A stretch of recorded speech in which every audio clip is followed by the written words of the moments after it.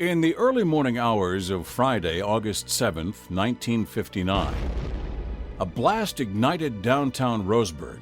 A giant explosion rocked the city down to its very foundation.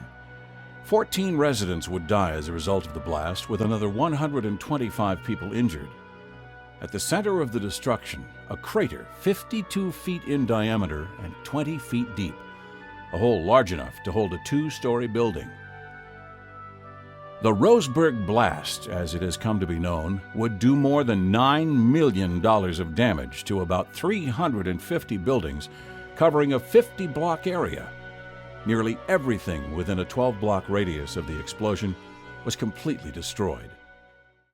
Roseburg was experiencing temperatures near the 100-degree mark on Thursday, August 6th, when a truck from the Pacific Powder Company rolled into town with its dangerous cargo, 6.5 tons of dynamite and blasting agent. By the time the truck driver, George Rutherford, pulled into Roseburg, it was too late for him to deliver his load, so he parked his truck next to the Garrettson Building Supply Warehouse on Pine Street, between Washington and Oak Avenues, and checked into the Umpqua Hotel 3 blocks away. Rutherford walked down to check on his rig at 11 o'clock that night. Everything seemed fine, so he returned to his hotel. About 1 a.m. on the morning of the 7th, 17-year-old Dennis Tandy was winding up his day after working swing shift at a local mill. He had just picked up his pregnant wife, Marilyn, from her mother's house and was driving home when he spotted a fire in a row of trash cans next to the Garrettson warehouse. He stopped his car nearby and signaled his wife to go call the fire department as he tried to battle the flames alone. After calling in the alarm at a nearby service station, Marilyn Tandy returned to Garrettson's to find her husband. The blaze had already grown considerably, probably fueled by painting supplies and gasoline stored inside the warehouse. Marilyn watched from the car as her husband continued to fight the flames. Moments later, a fire truck manned by Assistant Fire Chief Roy McFarland and firefighter Lyle Westcott arrived on the scene. The firefighters immediately began to spray water on the increasing blaze. However, the heat was so intense that Westcott suffered severe burns to his chest and hands and was driven to the hospital by a passing police officer.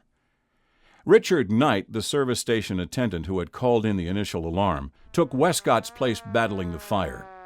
It was around this time, less than 10 minutes after the alarm had sounded, that someone at the scene of the fire noticed the red truck with a sign reading "Explosives." By the time somebody yelled to take cover, it was already too late.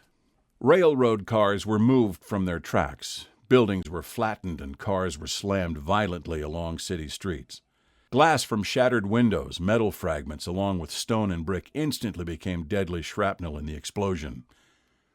Most of the fatalities were those fighting the initial fire, people who lived next to the epicenter of the blast, or those who had merely stopped to watch the Garrettson blaze. The 6.5 tons of explosives in the back of the truck created an immense fireball in the night skies over Roseburg. The blast broke windows up to 9 miles away. The concussion of the detonation was heard nearly 50 miles from Roseburg. According to a resident of Elkton, 45 miles away, the whole sky lit up like a big flash. Only 2 pieces of the explosives truck were ever found. The front axle came to rest several blocks away in front of the Greyhound bus depot, while the spindle landed inside a funeral home 3 blocks from the blast. Major fires would threaten those homes and businesses still standing in the aftermath of the blast. The Roseburg Fire Department rallied under the command of Fire Lieutenant Donald Starmer to contain the fires following the horrific explosion. Starmer, who had been third in command when the night began, found himself in charge of saving what was left of Roseburg. By summoning help from fire departments as far away as Eugene, Springfield, and North Bend, Coos Bay, firefighters were able to hold their lines and prevent further tragedy to an already crippled city. Although much of Roseburg had been destroyed, the spirit of the community remained intact. Cleanup and rebuilding began almost immediately. Buildings that had sustained serious damage were razed to make room for new construction, while many buildings were able to reopen after receiving new windows and a facelift.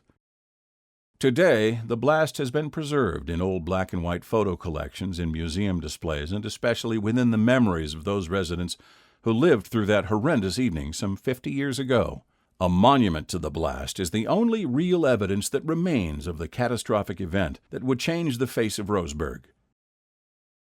The Roseburg Visitor Center invites you to take a walking or driving tour of the blast area. The Roseburg Blast Tour brochure will help you see our community as it is today, compared with images taken from early city history, as well as those taken immediately after the blast. You'll find a number of charming restaurants and shops along the route, so take your time and enjoy a look into Roseburg's fascinating past.